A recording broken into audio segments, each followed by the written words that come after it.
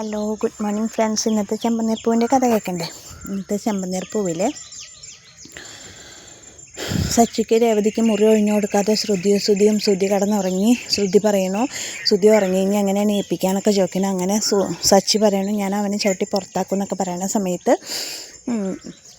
രവീന്ദ്രനും ചന്ദ്രയും കൂടി അങ്ങോട്ട് വരുന്നു. അപ്പോൾ രവീന്ദ്രൻ പറയണു, അവൻ ക്ഷീണം കൊണ്ട് കിടന്നല്ലേടാ, സാരമില്ല, നീ ക്ഷമിക്കുക എന്നൊക്കെ പറഞ്ഞിട്ട് അങ്ങനെ സച്ചി രേവതിയും കൂടിയിട്ട് ടെറസിൽ കിടക്കാമെന്ന് തീരുമാനിക്കുകയാണ്. അപ്പം ചന്ദ്ര പറയാണ്, നിനക്ക് പട്ടുമെത്തയിൽ കിടന്നാലടി ഉറക്കം വരുള്ളൂ, നീയല്ലേ ഇവനെ സ്ക്രൂ കയറ്റി വിടണമെന്നൊക്കെ ചോദിച്ചിട്ട് രേവതിയോട് ഷൗട്ട് ചെയ്യാണ്. അപ്പോൾ രേവതി പറയണം, ഞാനെന്നല്ല, ഞാൻ വേണ്ടാന്ന് പറഞ്ഞ സച്ചേട്ടനാണ് എന്ന് പറയാണ് രേവതി. അങ്ങനെ കോംപ്രമൈസായി സച്ചി പറയണ, രേവതി നീ പായ എടുത്ത് ടെറസിലേക്ക് പോയാൽ നമുക്ക് അവിടെ കിടക്കാമെന്ന് പറയാണ്. അങ്ങനെ പായെടുത്ത് ടെറസിലേക്ക് പോയി രേവതി. സച്ചി ഒരു കോൾ വരുന്നു, സച്ചിക്ക് നാളെ ഒരു ഓട്ടമുണ്ട് പറഞ്ഞിട്ട് സച്ചി ഫോണിൽ സംസാരിച്ചിട്ട് ടെറസിൻ്റെ മുകളിൽ കയറുമ്പോൾ രേവതി അവിടെ പായ എടുത്തിട്ടിരിക്കുകയാണ്, പായൊക്കെ ഇട്ട് റെഡിയാക്കിയിട്ടിരിക്കുകയാണ്. അപ്പോൾ സച്ചി ചോദിക്കുകയാണ്, രേവതി എൻ്റെ കൂടെ കൂടിയ കാരണം നിനക്ക് കഷ്ടമായില്ലേ, നിന്നെ നേരാവണ്ണം നോക്കാൻ എനിക്ക് പറ്റണില്ല അല്ലേ, എല്ലാ വീട്ടിലും ഇങ്ങനെ ആവില്ലേ ചോദിക്കുക. അപ്പോൾ എന്ത് സച്ചിയേട്ടാ ചോദിക്കുമ്പോൾ പറയുകയാണ്, എല്ലാ വീട്ടിലും ഉണ്ടാവില്ലേ മക്കളേനെ അങ്ങനെ രണ്ടായിട്ട് കാണുന്ന അമ്മമാർ, പഠിപ്പും കാശുള്ളവർക്ക് ഒരു തരം, പഠിപ്പില്ലാത്തവർക്ക് ഒരു തരം. ഞാനൊരു പഠിപ്പില്ലാത്തവനാണ്, ഞാനൊരു ഡ്രൈവറാണ്, അതുകൊണ്ടായിരിക്കും എന്നോട് അമ്മയ്ക്ക് ഇത്ര ദേഷ്യം. എനിക്കും നല്ലൊരു പൊസിഷനിൽ നല്ലൊരു ജോലിയും നല്ലൊരു കാശും വരുമാനമൊക്കെ ഉണ്ടായിരുന്നെങ്കിൽ എന്നെ അമ്മ നല്ലോണം സ്നേഹിച്ചേനെ എന്നൊക്കെ പറഞ്ഞിട്ട് സച്ചിയുടെ മനസ്സിലത്തെ സങ്കടങ്ങൾ രേവതിയുടെ മുമ്പിൽ തുറക്കുകയാണ്. അപ്പോൾ രേവതി പറയണം, അതിനിപ്പോൾ എന്താ സച്ചിയേട്ടാ, അല്ല അത് കാരണം കൊണ്ടല്ലേ നിനക്കിപ്പോൾ ഇങ്ങനെ അനുഭവിക്കേണ്ടി വരുന്നത്, എൻ്റെ ഭാര്യ ആയതുകൊണ്ടല്ലേ നിനക്കിങ്ങനെ അനുഭവിക്കേണ്ടി വരുന്നത്. ഞാനൊരു കാശുള്ള ഒരാളായിരുന്നു എന്നുണ്ടെങ്കിൽ നിന്നെയും അവരെല്ലാവരും നന്നായി സ്നേഹിച്ചേനേലോ എന്നൊക്കെ പറയുകയാണ് സച്ചി. എന്താ ചെയ്യുക രേവതി, ഞാൻ ഇങ്ങനെയൊക്കെ ആയിപ്പോൾ, ചെറുപ്പം തൊട്ട് ഇങ്ങനെ ഇപ്പോഴും എനിക്കിങ്ങനെയാണ് എന്നൊക്കെ പറയുകയാണ്.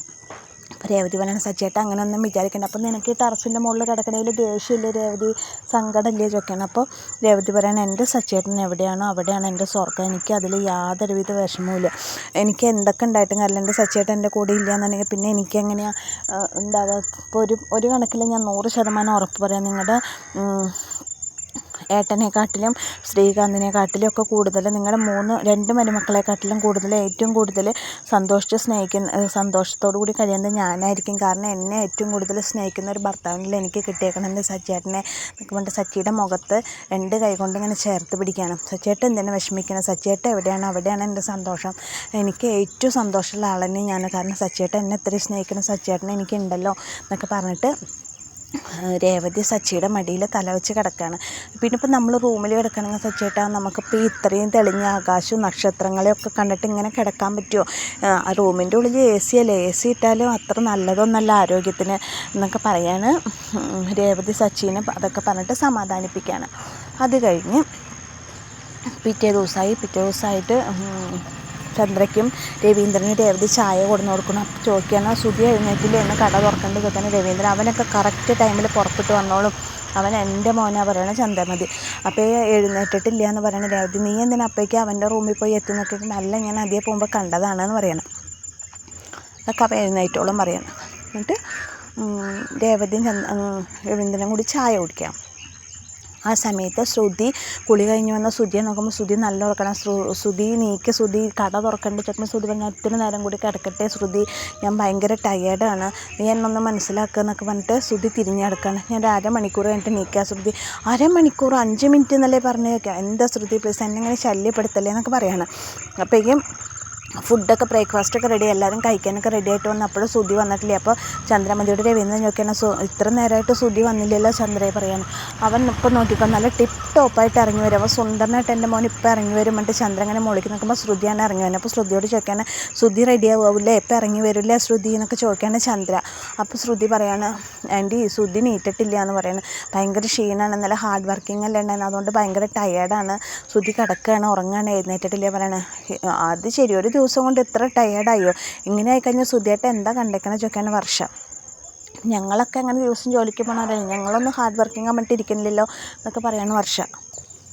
അങ്ങനെ പറയണം വർഷ. അപ്പോൾ ചന്ദ്ര പറയാം അവൻ ഇപ്പോൾ നീക്കും, ഞാൻ പോയി നോക്കട്ടെ പറഞ്ഞിട്ട് ചന്ദ്ര മോളിൽ പോയി മോനെ സുധി കണ്ണാ എഴുന്നേക്കടാ, കട തുറക്കാൻ പോണ്ടേ, അമ്മയുടെ ചെല്ലാ നീക്കടാ ചെല്ലക്കണ്ണാ എന്നൊക്കെ പറഞ്ഞിട്ട് സുധീനെ വല്ലാണ്ട് കൊഞ്ചിക്കപ്പോൾ സുധി നിൽക്കമ്മേ ഞാൻ കുറച്ച് നേരം കൂടി കിടക്കട്ടെ, പാവം വല്ലാതെ ക്ഷീണിച്ചിട്ടുണ്ടാവും അവൻ എന്നൊക്കെ പറയണം. പക്ഷേ എന്തൊക്കെ പറഞ്ഞിട്ട് സുധി നീക്കുന്നില്ല. അപ്പോൾ രവീന്ദ്രനും രേവതി എല്ലാവരും മുറിയിലേക്ക് വരണം. എല്ലാവരും വരുമ്പോൾ സുധി നല്ല ഉറക്കമാണ്. നല്ല ഉറക്കമെന്ന് വെച്ചാൽ വിളിച്ചാൽ എഴുന്നേൽക്കുന്നേ ഇല്ല. അപ്പോൾ അങ്ങനെയുള്ള സമയത്താണ് സുധീനെ വിളിച്ചിട്ട് സുധി എഴുന്നേൽക്കുന്നേ ഇല്ല. ആ സമയത്താണ് നമ്മുടെ ചെമ്പനീർപ്പൂവിൻ്റെ ഇന്നത്തെ കഥ അവസാനിക്കുന്നത്. അപ്പോൾ എൻ്റെ കഥ കേട്ട് ഇഷ്ടമായ കൂട്ടുകാരെൻ്റെ ചാനലൊന്ന് ലൈക്ക് ചെയ്യണേ, ഷെയർ ചെയ്യണേ, സബ്സ്ക്രൈബ് ചെയ്യണേ. Thank you.